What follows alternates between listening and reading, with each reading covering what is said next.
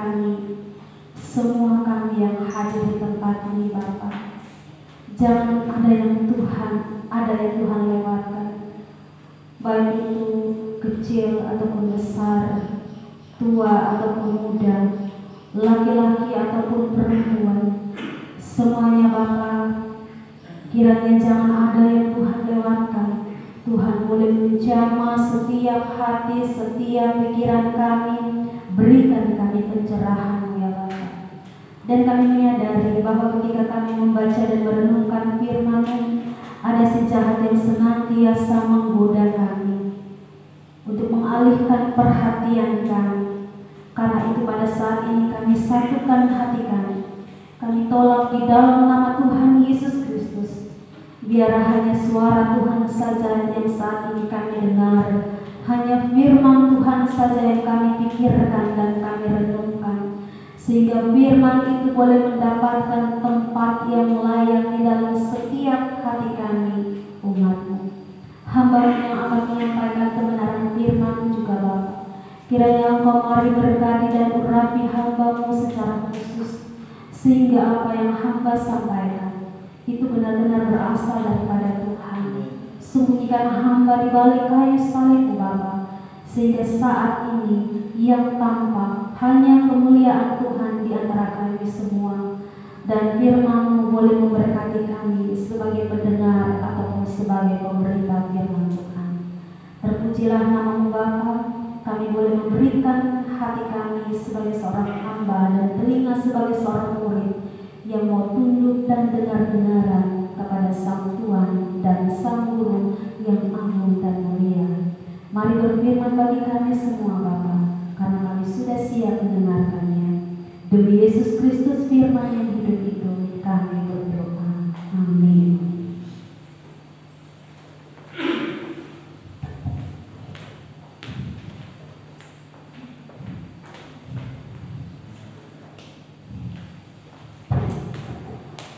Bapak Ibu yang diberkati oleh Tuhan kita Yesus Kristus, Shalom. Apa kabar Bapak Ibu? Puji Tuhan. Tuhan Yesus luar biasa. Hari ini kita bersama-sama akan merenungkan sebuah kebenaran firman Tuhan yang diberi tema keutamaan Kristus.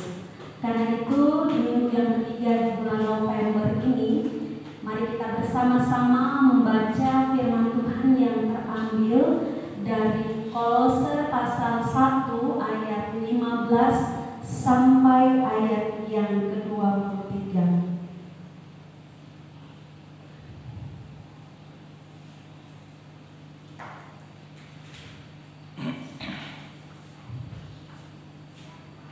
Kolose pasal 1 ayat 15 sampai ayat yang ke-23, kita akan membaca secara berbalasan. Saya akan membaca ayat yang ke-15 dan Bapak Ibu Jemaat Tuhan silakan membaca ayat yang ke-16 atau ayat genap. Selanjutnya sampai ayat yang ke-23 kita akan baca secara bersama-sama. Kalau kita semua sudah mendapatkan bagian nas yang dimaksud, baiklah kita akan memulai. Judul dari perikopnya adalah keutamaan Kristus. Ia adalah gambar Allah yang tidak kelihatan, yang sulung lebih utama dari segala yang diciptakan.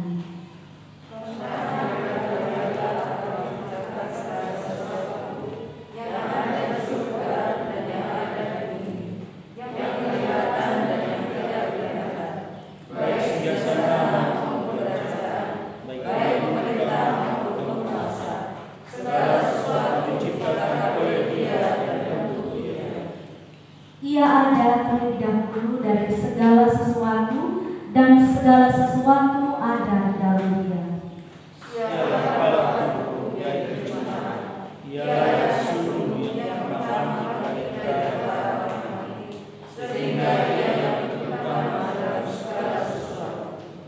Karena seluruh kepenuhan Allah berkenan diam di dalam Dia. Dan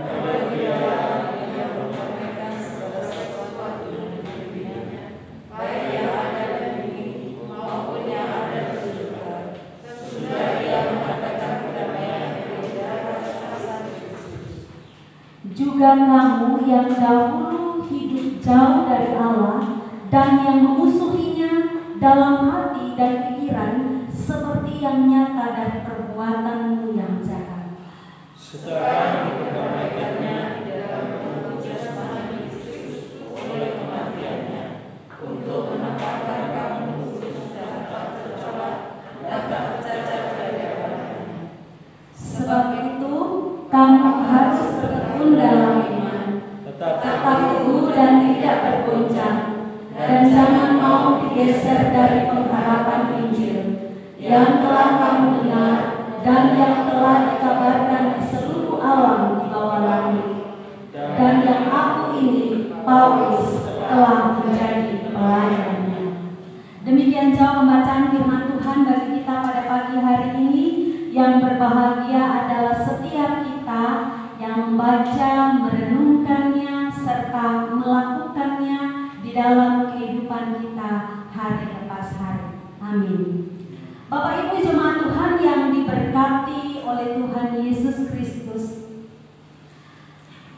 bacaan yang baru saja kita baca ini adalah salah satu surat yang ditulis oleh Rasul Paulus kepada jemaat di Kolose. Ya, jadi tulisan ini ditulis oleh Paulus di dalam penjara. Bapak Ibu, sangat luar biasa. Walaupun tubuh fisiknya terpenjara, tetapi hati dan pikirannya tidak terpenjara.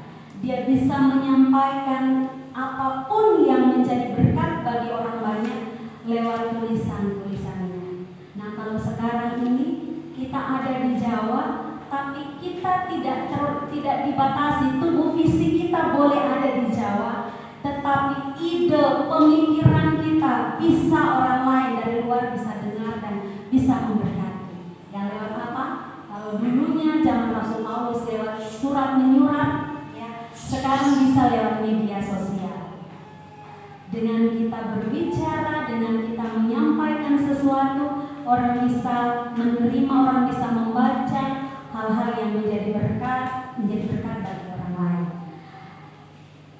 Begitu pula yang ditulis oleh Paulus ini. Dan Kolose ini, surat Paulus kepada jemaat di Kolose ini ditulis oleh karena ada sesuatu. Nah, mari kita lihat dulu sebelum kita beranjak untuk bersama-sama merenungkan kebenaran firman Tuhan. Kita akan bersama-sama melihat letak geografi kota Kolose.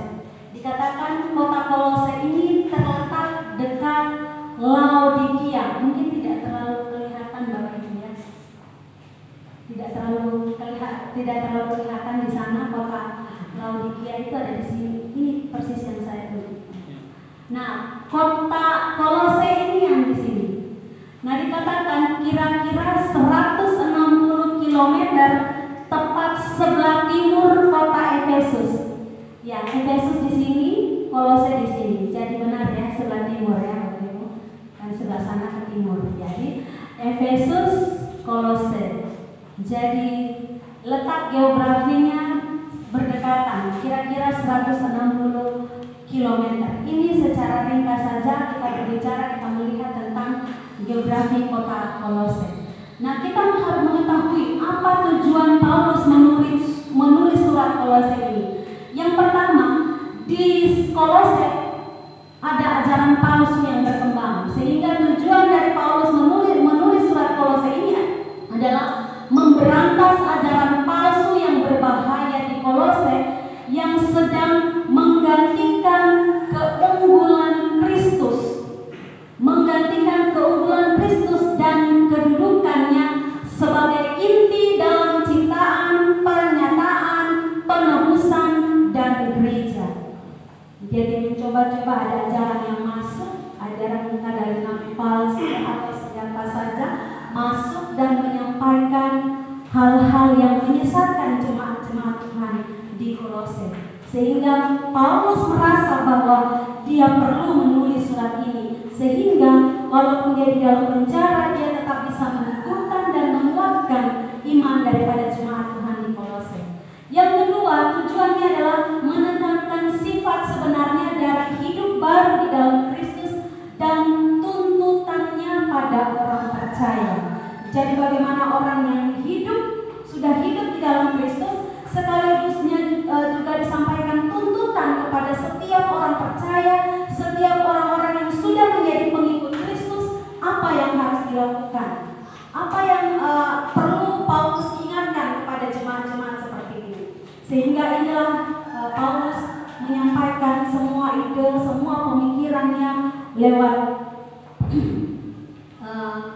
surat Paulus kepada jemaatnya di Kolose ini. Bapak Ibu yang diberkati oleh Tuhan Yesus Kristus, di dalam bacaan kita ini jelas bahwa Paulus menulis suratnya yang berisi tentang ada 4 keutamaan Kristus. Hal inilah yang akan kita baca, kita renungkan bersama-sama. Karena sebenarnya hal ini juga, 4 hal ini juga yang sedang diserang oleh ajaran-ajaran palsu yang hendak mematahkan keutamaan atau keunggulan daripada Kristus di dalam kehidupan orang-orang yang percaya.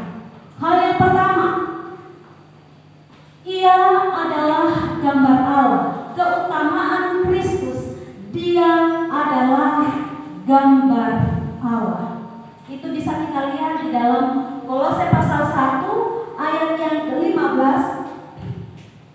Dikatakan Ia adalah gambar Allah yang tidak kelihatan, yang sulung, yang lebih utama dari segala yang diciptakan. Jelas ya, di dalam surat Kolose ini dikatakan bahwa Yesus sendiri adalah gambar Allah yang tidak kelihatan, yang sulung, lebih utama dari segala yang diciptakan. Apa artinya? Artinya bahwa kalau kita mau melihat Allah, lihatlah di dalam pribadi Yesus Kristus. Karena Dia adalah Allah. Banyak orang yang mencari Allah itu seperti apa? Allah tidak bisa dikatakan Allah yang tidak kelihatan. Allah itu tidak bisa dilihat oleh mata jasmani manusia yang sudah berdosa ini. Dulu apakah pernah manusia dan Allah bercakap-cakap? Pernah. Tempatnya di mana? Di Taman Eden. Saat apa? Saat manusia belum jatuh dalam dosa. Allah dan manusia bercakap-cakap, berbincang di Taman Eden. Tetapi ketika manusia jatuh di dalam dosa, manusia tidak dapat menjumpai Allah lagi dengan mata, dengan kehidupannya yang berdosa ini. Sehingga karena itu, maka Allah perlu datang berwujud seperti seorang manusia, sehingga kita bisa melihat Allah itu sebenarnya seperti apa. Sehingga yang kita lihat adalah di dalam pribadi Yesus Kristus sendiri. Dan juga terlalu banyak orang di luar sana menyatakan bahwa Allah itu pengasih, Maha Pengasih, Allah itu Maha Penyayang. Kalau kita mau mengetahui Allah yang Maha Pengasih, Allah yang Maha Penyayang seperti apa, lihatlah di dalam pribadi Yesus Kristus. Bagaimana Dia cara menyampaikan ajaran-ajarannya. Apakah hanya stop Maha Pengasih? Tidak, ada Maha Adil juga. Allah adalah Maha Murka, Allah juga adalah Maha Pengasih. Dia pengasih tetapi Dia juga adil. Tidak seperti cara pandang manusia. Mengasihi berarti menutup, membiarkan yang berdosa itu terus dibiarkan, membiarkan saja kehidupan apa yang dia lakukan kesalahan dibiarkan. Tidak seperti itu. Nanti kita akan lihat sampai ke belakang.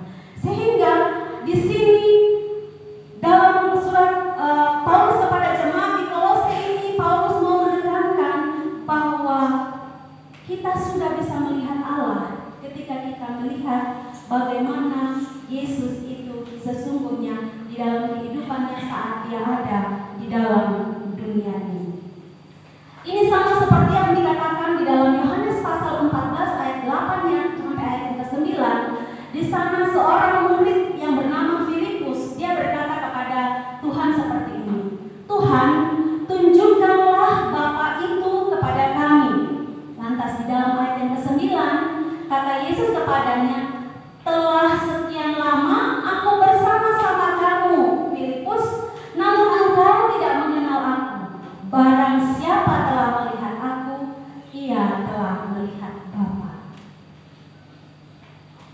Jadi saya pernah katakan kepada mahasiswa, saya katakan bahwa kita orang Kristen itu tidak perlu berimajinasi mencari-cari Allah itu seperti apa, tetapi kita sudah melihatnya di dalam pribadi Yesus Kristus nyata, role model seperti apa yang dia ajarkan, dia lakukan ketika dia ada dalam dunia ini sudah sangat nyata sekali. Tinggal kita saja yang mau belajar atau tidak. Hanya saja dalam keterbatasan kita, kadang-kadang kita melihat sisi yang sebelah sini, kita mengabaikan sisi yang sebelah sini. Padahal Allah itu adalah sempurna adanya. Bapak Ibu yang dikasihi oleh Tuhan Yesus Kristus, di sini juga mau menyampaikan kepada kita bahwa di dalam Yesus Kristus sendiri, orang sering berdoa begini, ya Tuhan, ya Allahku, tunjukkanlah kami jalan kebenaran. Tetapi Yesus Kristus sendiri datang dan berani dengan lantang dia mengatakan, Akulah jalan dan kebenaran dan hidup. Tidak ada seorang pun yang sampai kepada Bapa kalau tidak melalui aku. Pertanyaannya, siapa sih nabi di dalam dunia ini? Siapa sih manusia yang pernah seperti Yesus yang berani mengatakan seperti itu? Semua manusia, semua umat di dalam dunia ini semua berdoa, ya Tuhan, ya Allahku, tunjukkanlah kami jalan kebenaran itu. Tetapi dengan tegas dan lantang Yesus berkata, Akulah jalan dan kebenaran dan hidup. Tidak ada seorang pun yang sampai kepada Bapa-Ku kalau tidak melalui aku. Persoalannya orang tidak mau melihat, orang tidak mau melalui dia. Orang menolak untuk melalui jalan ini dan kemudian berusaha mencari jalan-jalan yang lain. Padahal Allah itu sudah ada di dalam diri Yesus Kristus. Bapak Ibu, kenapa Yesus mau datang?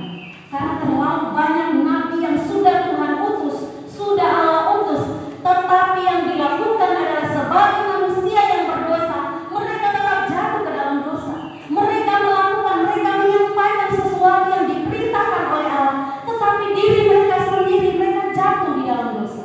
Makanya kemarin kita sudah dengar apa yang disampaikan oleh Pak Marcel, ya, bahwa bagaimana Musa, dia sendiri juga seorang nabi yang besar, nabi utusan Allah yang besar, tetapi akhirnya dia tidak berhak masuk ke tanah perjanjian. Dia menuntun bangsa Israel keluar dari tanah Mesir. Dia membelah Laut Merah, tetapi kesalahan yang dia buat, maka dia tidak bisa masuk ke dalam tanah perjanjian. Tidak demikian dengan Yesus Kristus. Dari sejak dia lahir sampai dia mati di atas kayu salib dan dia dikuburkan turun ke dalam kerajaan maut, bahkan dia bangkit sempurna, tidak ada pelanggaran yang dilakukan. Makanya Allah perlu datang. Nabi-nabi yang ada sudah lewat, tidak ada yang bisa. Kawin cerai sudah, nabi-nabi juga melakukan itu. Jangan berdusta, jangan dan lain sebagainya, semua mereka lakukan. Bahkan pelanggaran-pelanggaran sekecil apapun nabi-nabi sempat lakukan. Nah, nabi-nabi saja lakukan, apalagi kita ya manusia yang nabi saja bukan. Hanya umat Tuhan biasa. Apakah kita bisa kita punya celah untuk kita melakukan dosa? Bisa. Tetapi ingat, jangan keraskan hati. Saya pernah katakan bahwa siapa sih di dalam dunia ini yang gak pernah salah? Semua kita salah. Kalau nggak salah berarti kita nggak butuh Tuhan. Kita semua ini pernah salah, tetapi bagaimana hati kita sadar bahwa saya sudah salah, maka saya mau berbalik kepada Tuhan. Tapi ketika saya salah dan saya kekeh dengan enggak, saya nggak salah, itu salah, itu salah, itu salah, itu salah, semuanya saya tonjok ke sana, maka tidak ada kesempatan untuk mengoreksi diri. Itu Tuhan tidak suka. Tuhan sayang diri kita, Tuhan mengasihi kita, tetapi ingat bahwa Tuhan membenci dosa, sehingga Tuhan bisa menolak kita mentah-mentah kalau dosa kita tetap kita sayang dan kita pegang dengan kuat. Bapak Ibu yang dikasihi oleh Tuhan Yesus bagi Yesus Kristus. Sehingga Paulus pada dia menulis surat ini, dia mau menyampaikan kepada orang-orang di Kolose bahwa Yesus Kristus itu adalah Tuhan, adalah Allah sendiri. Jadi tidak ada yang menggantikan posisi Yesus Kristus sebagai Allah. Bapak Ibu yang dikasihi oleh Tuhan Yesus Kristus, hal yang kedua, keutamaan daripada Kristus yang kedua adalah Dia adalah pencipta segala sesuatu. Bapak Ibu perhatikan, di dalam, oleh, dan untuk Dia. Mari kita lihat di dalam Kolose pasal 1 ayat 16 sampai ayat yang ke-17. Dikatakan demikian. Karena di dalam Dia telah diciptakan segala sesuatu yang ada di sorga dan yang ada di bumi, yang kelihatan dan yang tidak kelihatan, baik singgasana maupun kerajaan, baik pemerintah maupun penguasa. Segala sesuatu diciptakan oleh Dia dan untuk Dia. Ia ada terlebih dahulu dari segala sesuatu, dan segala sesuatu ada di dalam Dia. Bapak Ibu mungkin agak sedikit rumit ya memahami ini, tapi ini yang mau disampaikan adalah Yesus Kristus ini juga adalah pencipta dari segala sesuatu. Dia pencipta, di dalam Dia segala sesuatu diciptakan. Artinya segala sesuatu itu diciptakan dari Dia, ya. Kita ini kan diciptakan dari Allah, ya kan? Kemudian segala sesuatu diciptakan juga oleh Dia dan untuk Dia. Ketika saya merenungkan firman Tuhan ini, saya berpikir bahwa kalau dikatakan segala sesuatu diciptakan di dalam Dia, okelah kita terima. Kita terima kebenaran itu. Ataupun segala sesuatu diciptakan oleh Dia, oke, kita terima itu. Tetapi yang menjadi persoalan adalah segala sesuatu diciptakan untuk Dia. Itu yang kadang-kadang oke, kadang-kadang no. Bapak Ibu, kalau diciptakan, Tuhan menciptakan suara yang baik kepada Bapak Ibu, maukah kita benar-benar mau memberikan untuk Dia, ataukah kita memilih untuk di luar yang bisa lebih ya mendapatkan sesuatu? Ya, tidak anti dengan itu ya, tetapi maukah itu juga diberikan untuk Tuhan? Kalau Bapak Ibu diberikan berbagai macam talenta dan keahlian, atau berbagai macam dikatakan multi talent atau talenta hal-hal yang kecil apa saja lah, Tuhan ciptakan itu, Tuhan berikan itu di dalam diri kita, maukah kita berikan itu Tuhan? Belum tentu kan? Belum tentu. Apalagi kalau masih hidup, masih kuat. Lebih baik saya harus kerja, saya harus buat sesuatu yang lebih mendatangkan keuangan daripada saya harus memberikan itu. Di gereja dapat apa sih? Kemarin waktu saya melakukan training, ada seperti itu. Cerita dari Bapak Mbak menyampaikan bahwa ya ada ini orang yang belum percaya Tuhan ya, istrinya belum percaya Tuhan. Suaminya mau datang pelayanan, tapi istrinya bilang, nah terus kesana itu dapat apa sih sampean? Lebih baik sampean cari kerja di luar sana daripada pergi ke gereja ikut-ikut yang kayak gitu. Memangnya dapat apa? Susah Bapak Ibu, susah. Kalau diciptakan di dalam Dia, diciptakan oleh Dia, oke, kita masih bisa terima kebenaran itu. Tetapi kalau diciptakan untuk Dia, belum tentu kita mau memberikan sepenuhnya. Saya juga pernah sampaikan kepada anak-anak mahasiswa, saya bilang kalau kalian mau menjadi hamba Tuhan, kalau kalian mau menjadi pendeta, jangan itu sekedar cita-cita saja. Karena ketika itu hanya sekedar cita-cita, itu ada terselip sedikit ambisi dari dalam diri. Karena pelayanan bukan sekedar cita-cita, tapi panggilan. Ketika ambisi kita tercapai, bisa terjadi sesuatu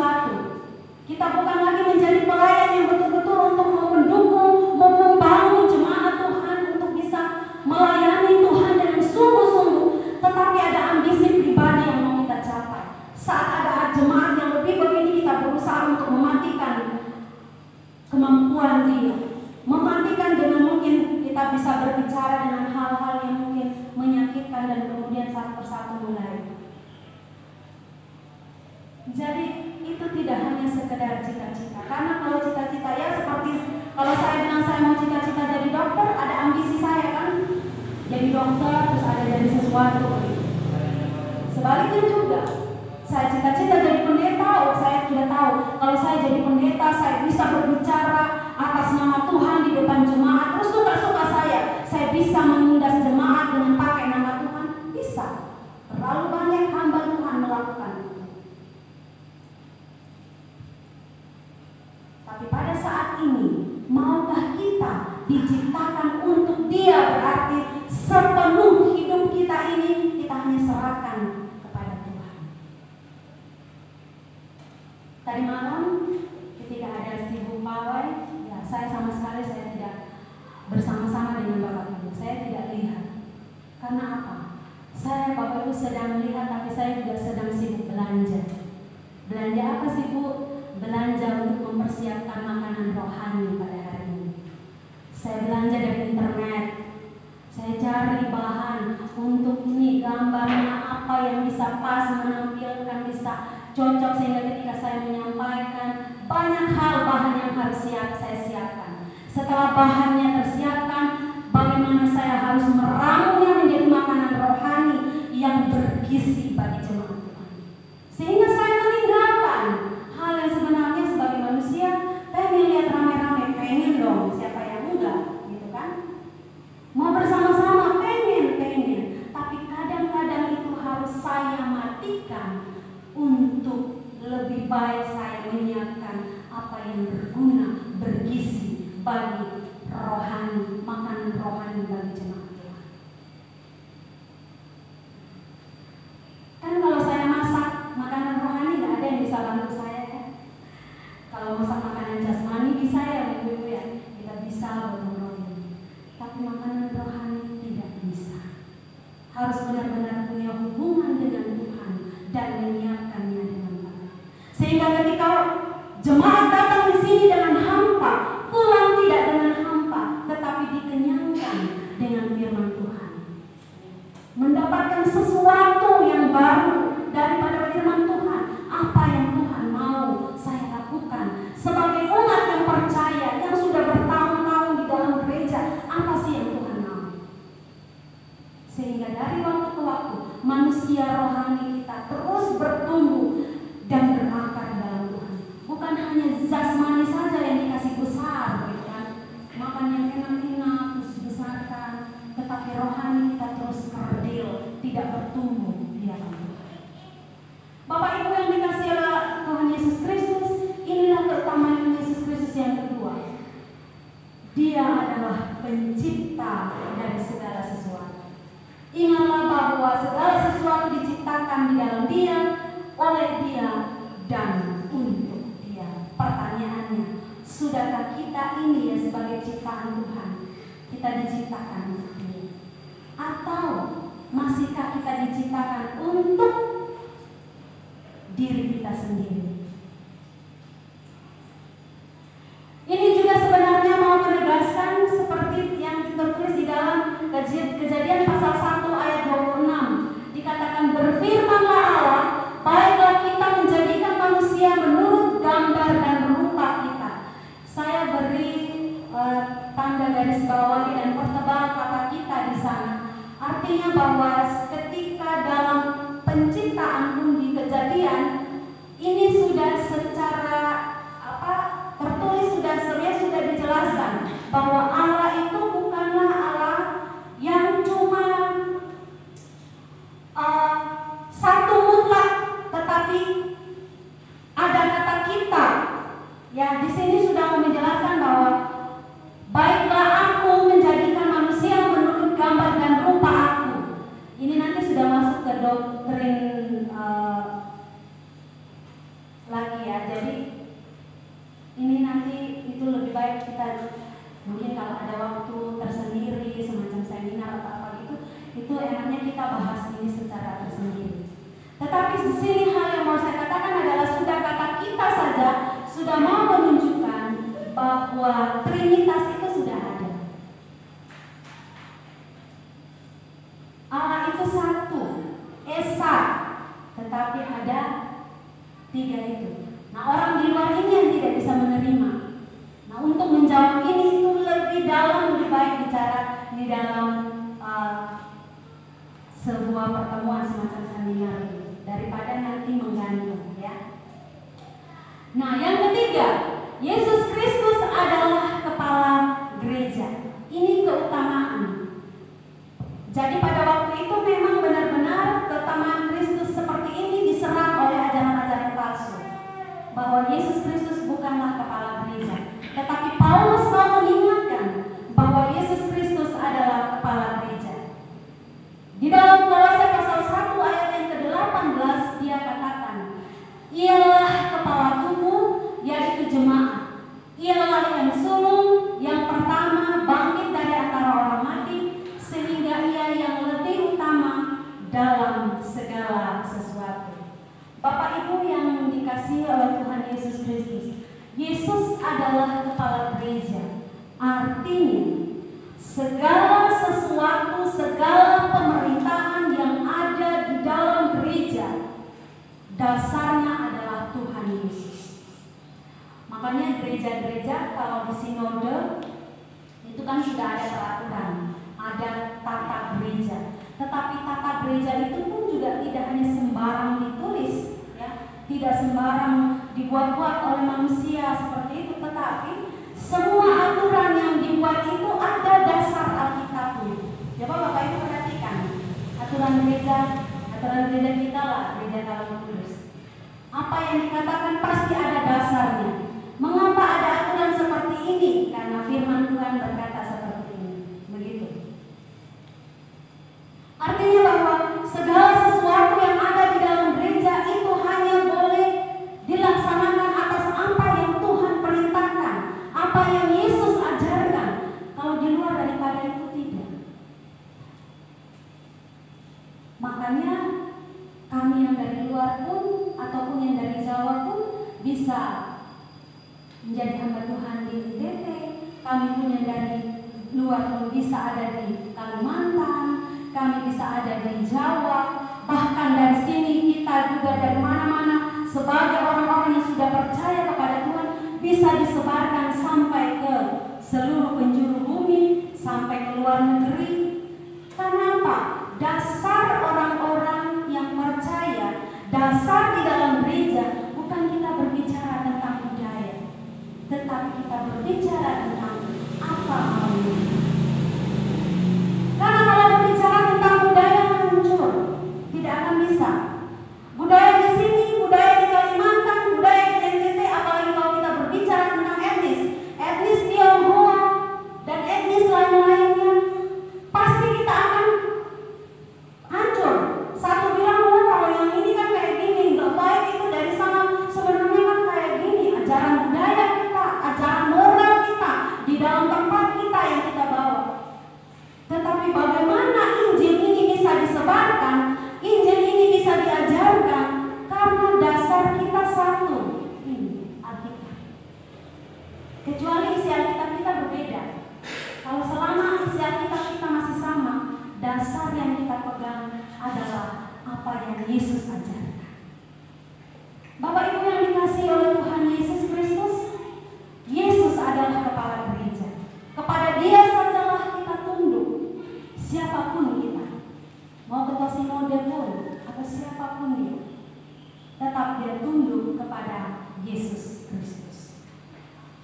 Ini juga mau kita lihat di dalam Matius pasal 20 ayat 18 sampai 19. Ini berita Tuhan sebagai amanat agung. Yesus Kristus ketika dia naik ke sorga dikatakan pesannya kepada murid-muridnya seperti ini.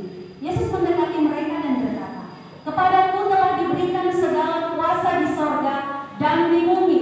Karena itu pergilah, jadikanlah semua bangsa muridku dan baptislah mereka dalam nama Bapa dan Anak dan Roh Kudus, dan ajarlah mereka melakukan apa? Segala sesuatu yang telah kuperintahkan kepadanya. Artinya yang diajarkan di dalam gereja adalah apa yang Tuhan Yesus ajarkan.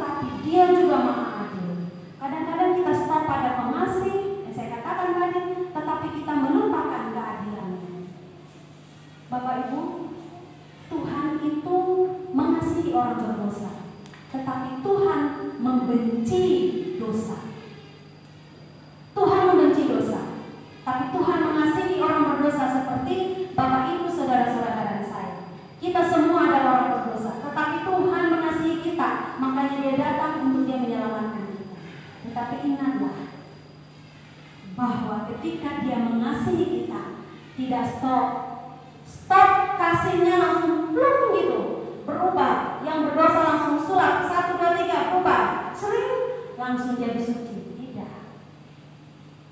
Ada apa? Ada nyawa Bapak Ibu. Ada nyawa yang dikorbankan. Itu loh yang harus kita ingat. Jadi jangan berpikir kita bilang, oh Tuhan Yesus Maha Kasih, jadi kita tuh sebenarnya harus Maha Kasih. Jadi yang berdosa itu dibiarkan saja, nggak bisa. Ingat, di dalam setiap dosa, upah dosa adalah maut. Maut itu berbicara tentang nyawa. Jadi di dalam gereja yang harus kita tinggikan, yang harus kita ajarkan adalah apa yang Tuhan mau. Terlalu banyak ya, banyak sekali saya ambil contoh, tetapi nanti bisa dilihat dan cukup di perjanjian baru saja bisa lihat apa yang Tuhan ajarkan. Contohnya, jikalau sebagai seorang pelayan, sangat lengkap. Jikalau sebagai seorang pelayan, ketika dia datang dan dia melayani, lantas dia ditolak, bagaimanakah cara sang pelayan itu bersikap? Di dalam Matius pasal 10 ayat 14 sampai 15 jelas dikatakan, kebaskanlah debu dari kakimu, pergilah, tinggalkanlah mereka. Dan aku berkata bahwa penghukuman atas Sodom dan Gomora masih kurang. Itu kita perlu tahu. Jadi kita sebagai hamba Tuhan, kalau misalnya kita datang kemudian kita juga ditolak dengan berbagai macam cara orang untuk berusaha membuat supaya orang itu tidak diterima dengan baik, sebagai hamba Tuhan jangan takut. Tuhan sudah ajarkan ketika Tuhan mengutus ke-12 murid. Kalau kamu datang dan kamu membawa shalom ke tempat itu, kamu ditolak, kebaskanlah debu dari kakimu, pergilah dan tinggalkanlah. Asalkan jangan kamu datang membuat masalah untuk kami. Kemudian bagaimana kalau misalnya ada masalah di dalam persekutuan? Tuhan bilang jangan menghakimi. Tetapi bagaimana nih kalau ada orang kita menangani masalah? Tuhan bilang bahwa orang itu berbicaralah empat mata. Kalau dia menolak empat mata, bawa 2 atau 3 orang saksi. Dan 2, 3 orang saksi ini sekiranya dengan kesaksian ini bisa membuat dia bertobat. Tidak cukup di situ. Kalau memang tidak juga tetap diterima, bawa ke hadapan jemaat. Kalau di hadapan jemaat itu masih menolak, pandanglah dia sebagai orang yang tidak mengenal Allah. Firman Tuhan jelas. Maka anak-anak teologi pun tanyakan kepada saya, saya ini sudah berusaha berkata seperti ini di dalam praktek, saya sudah berusaha, tapi kalau orang itu tidak mau berubah bagaimana Bu? Saya bilang, ingat, panggilan kamu bukan untuk merubah orang. Merubah itu adalah urusannya Tuhan. Kamu tugasnya cuma menyampaikan. Persoalannya kadang kita terlalu mau bablas sampai kalau saya sampaikan itu ini maunya kamu harus berubah. Kalau kamu nggak berubah, maka saya ini jadinya tidak senang. Kamu tugasnya harus berubah, kamu harus berubah. Itu bukan tugas kita. Karena tugas untuk merubah itu adalah Roh Kudus di dalam hati ini loh, yang bekerja, mengingatkan, merubahkan hidup kita. Tetapi kalau masih menolak, sebagai hamba Tuhan, jangan memaksa. Kita tidak punya kapasitas sampai ke sana untuk mau melebihi daripada. Kadang-kadang memang kita suka bablas kok. Ya, kita melakukan sesuatu itu sampai bablas, kebablasan, tidak pada porsinya kita saja. Atau jika ada hati yang belum berdamai, bagaimana juga Yesus Kristus di dalam Matius pasal 5 ayat 23 sampai 24, kalau belum berdamai, kalau kamu mau menghilangkan persembahan, kamu masih ada sesuatu yang belum selesaikan, kembalilah selesaikan dulu, baru kamu mempersembahkan itu. Atau Tuhan juga pernah berkata bahwa kita di dalam manusia ini adalah manusia yang beribadah kepada Allah, tetapi di dalam kehidupannya sehari-hari yang dipegang adalah perintah nenek moyangnya. Jelas Tuhan katakan itu, dan Tuhan tidak suka. Itu yang harus kita lakukan. Kita mau belajar untuk merubahnya, sehingga di dalam aturan PKK itu saya lihat nggak ada jangan tidak melakukan, sebenarnya sudah menolak ya untuk ibadah-ibadah yang orang mati itu yang berapa hari, 40 hari, berapa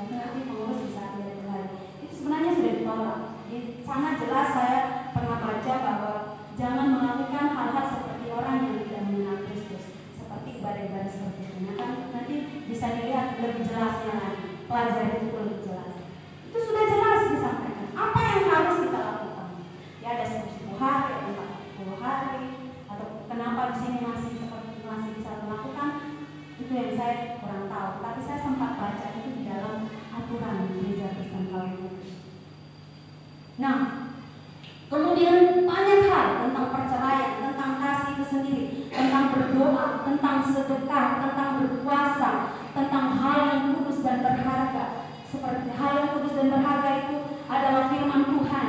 Jangan memberinya kepada mutiara kepada babi, karena setelah kamu memberikannya pasti akan dikoyak-koyakannya. Ya sama seperti itu. Kalau kadang-kadang kan kalau misalnya contoh saya memberikan firman Tuhan kepada Mbak Catherine, kalau Mbak Catherine orangnya ndablet ya saya sampaikan kepada Mbak Catherine, habis saya sampaikan bisa di luar sana, ya Allah firman Tuhan katanya begini, ibu itu bilang begini. Percuma, itu namanya membuang mutiara ke mulut babi. Hal yang kudus dan berharga jangan pernah dibuang kepada mulut babi. Jelas sekali Tuhan mengatakan. Sehingga apalagi yang kita takutkan, kita teragukan, mau kita pegang kalau Tuhan punya ajaran yang harus kita sampaikan.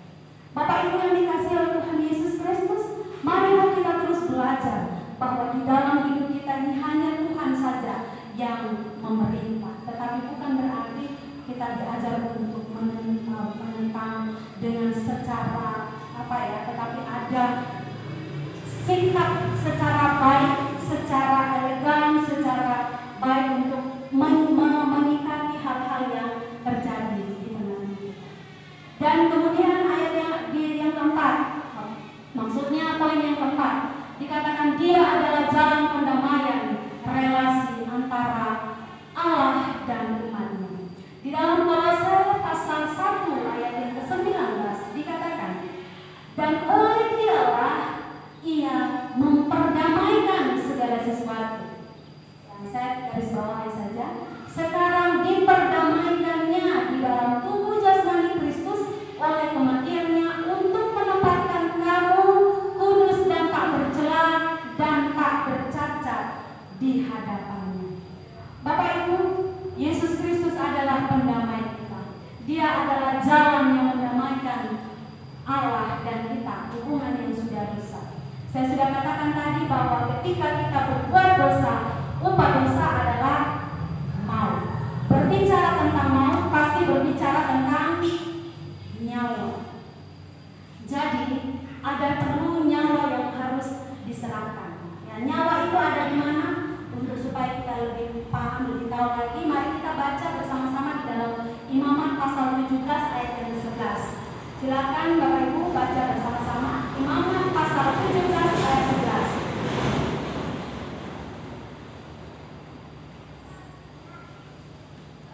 11. Imamat pasal 17 ayat yang ke-11. Kalau sudah dapat, baiklah kita baca bersama-sama. Silakan Bapak Ibu. 1, 2, 3.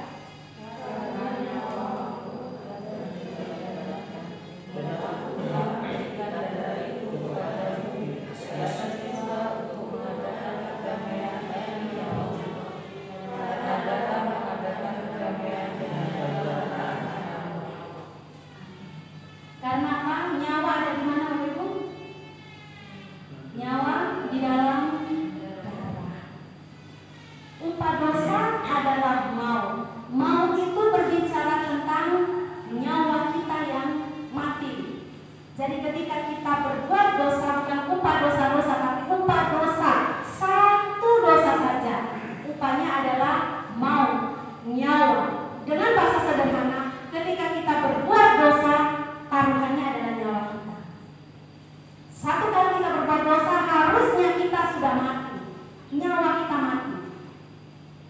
Tetapi apakah karena kasih Allah lantas dosa itu selesai begitu? Tidak ya. Berbagai macam cara manusia ini menebus dosa, yaitu dengan cara mencapai surga, dengan cara mengorbankan korban binatang. Dulu kita seperti itu sebelum ada korban Yesus Kristus. Sebelum ada korban Yesus Kristus, kita dulu seperti itu. Tetapi sekarang kita sudah tidak seperti itu lagi, sudah Yesus Kristus. Tetapi kita juga dulu untuk menebus dosa kita perlu ada korban darah yang tercurah, ada nyawa yang dikorbankan, yaitu berupa binatang. Tetapi ada juga ajaran di luar sana untuk mencapai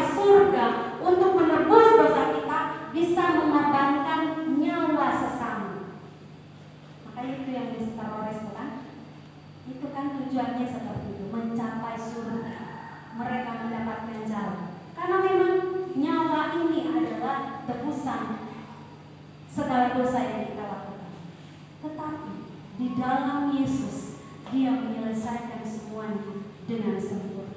Sehingga setiap orang yang percaya, yang menerima Dia, sudah tidak perlu lagi kita mengorbankan korban-korban seperti binatang, ataupun kita perlu mengorbankan sesama kita manusia, kita mengambil nyawanya, kita membunuh dia kemudian sebagai korban kita. Itu tidak kita lakukan, karena sudah Yesus sudah kerjakan. Nah, sekarang pertanyaannya, untuk menebus dosa kita seperti itu, apakah Allah yang Maha Pengasih hanya langsung sudah selesaikan seperti itu saja? Tidak. Ada Yesus yang dikorbankan, sudah saya sampaikan tadi. Ada Yesus yang dikorbankan, ada nyawa yang dikorbankan. Yesus Kristus yang harus mencurahkan darahnya di atas kayu salib, harus mati bagi kita semua. Bahkan Dia bangkit juga bagi kita. Sebagai orang yang percaya, masakan kita mau senang-senang hidup di dalam dosa? Orang yang tidak tahu diri, mohon maaf saja kalau kita melakukan itu. Kalau kita senang dengan segala bentuk dosa yang kita lakukan, memang kita benar-benar menjadi orang Kristen yang tidak tahu diri. Kita pikir bahwa orang Kristen itu enak, sudah ada yang menebus dosa, jadi aman, gampang. Ingat, ketika kita melakukan dosa, ada nyawa yang harus korban. Itulah keadilan Allah. Keadilan Allah ditunjukkan dengan mengorbankan anaknya yang tunggal, hanya untuk kita-kita yang tidak ada apa-apanya ini. Bapak Ibu bayangkan saja kalau punya anak terus anaknya dikorbankan hanya untuk demi orang-orang yang tidak benar gitu. Apakah kita mau? Itulah hati Allah. Ya, jadi hati Allah itu sempurna, tidak hanya kasih, tetapi Dia juga adil. Bapak Ibu yang dikasihi oleh Tuhan Yesus Kristus, di dalam Matius pasal 15 ayat 17 dikatakan, janganlah kamu menyangka bahwa aku datang untuk meniadakan hukum Taurat atau kitab para nabi. Aku datang bukan untuk meniadakannya, melainkan untuk menggenapinya. Artinya, hukum Taurat yang tadi nyawa harusnya ganti dengan nyawa, nyawa ganti nyawa, gigi ganti gigi, mata ganti mata. Itu sebenarnya berlaku, tetap berlaku. Nyawa ganti nyawa artinya kita yang sudah berbuat dosa harusnya kita korbankan nyawa kita, tetapi nyawanya Yesus ini yang mati untuk mengorbankan penderitaan kita. Makanya Dia menggenapinya dengan di atas kayu salib. Bapak Ibu yang dikasihi oleh Tuhan Yesus Kristus, kalau begitu, lantas apa yang harus kita lakukan? Kalau kita sudah percaya, kita sudah tahu bahwa Kristus yang kita sembah ini memiliki 4 keutamaan tadi, apa yang harus kita lakukan? Paulus katakan di dalam Kolose pasal 1 ayat yang ke-23 dikatakan, sebab kamu harus bertekun dalam iman, tetap teguh dan tidak bergoncang, dan jangan mau digeser dari pengharapan Injil yang telah kamu dengar dan yang telah dikabarkan di seluruh alam di bawah langit, dan yang aku ini Paulus telah menjadi pelayannya. Karena itu pesan kepada kita semua melalui firman Tuhan ini. Kita sudah tahu bagaimana Yesus Kristus memiliki keunggulan. Yesus Kristus adalah yang utama di dalam gereja. Maka yang harus kita lakukan adalah bertekunlah di dalam iman dan percaya pada Yesus Kristus. Tetap teguhlah dan tidak bergoncang, bahkan jangan mau digeser dari pengharapan Injil. Mari Bapak Ibu, kita merenungkan firman Tuhan ini di dalam kehidupan kita hari lepas hari, sehingga kiranya kerohanian kita terus bertumbuh, terus berakar di dalam Tuhan, dan bahkan lebih daripada itu boleh menjadi berkat karena berbuah untuk kemuliaan-Nya. Tuhan Yesus memberkati kita semua. Amin. Mari kita berdoa. Bapak Surgawi, Bapak yang kami sembah, Bapak yang kami puji di dalam nama Yesus Kristus. Terima kasih Tuhan karena hari ini kami boleh belajar tentang 4 keutamaan Yesus Kristus. Kiranya firman Tuhan ini boleh terus meneguhkan dan menguatkan kami, mengingatkan kami, mengajarkan kami bagaimana kami harus hidup sebagai orang yang percaya di dalam kehidupan kami, baik itu secara pribadi, di dalam keluarga kami, bahkan kehidupan bergereja dan bermasyarakat. Bagaimana kami hidup sebagai orang-orang yang percaya, yang mengamalkan akan setiap apa yang sudah Yesus ajarkan kepada kami semua. Terima kasih Tuhan, biarlah hati kami boleh buka untuk hormat dan kemuliaan bagi nama Tuhan. Hanya firman Tuhan saja yang boleh menyegarkan, dan firman Tuhan saja yang terus ditaburkan di dalam hati kami, sehingga sekeras apapun hati kami Tuhan, Roh Kudus Tuhan saja yang boleh menjamah, dan Roh Kudus Tuhan saja terus yang menguatkan dan menumbuhkan iman dan percaya kami. Karena kami tahu Tuhan bahwa kebenaran memang terkadang menyakitkan, tetapi kebenaran itu sesungguhnya menyelamatkan kami semua orang yang percaya kepada-Mu. Terima kasih Tuhan, terima kasih Bapa Surgawi. Hamba sudah berhenti untuk berkata-kata, tetapi mari Roh Kudus Tuhan terus berkata-kata di dalam hati kami, sehingga kami terus dituntun oleh kebenaran firman-Mu dari hari ke hari. Terpujilah nama-Mu Bapa. Ini doa dan sembahyang kami dan ucapan syukur kami hanya di dalam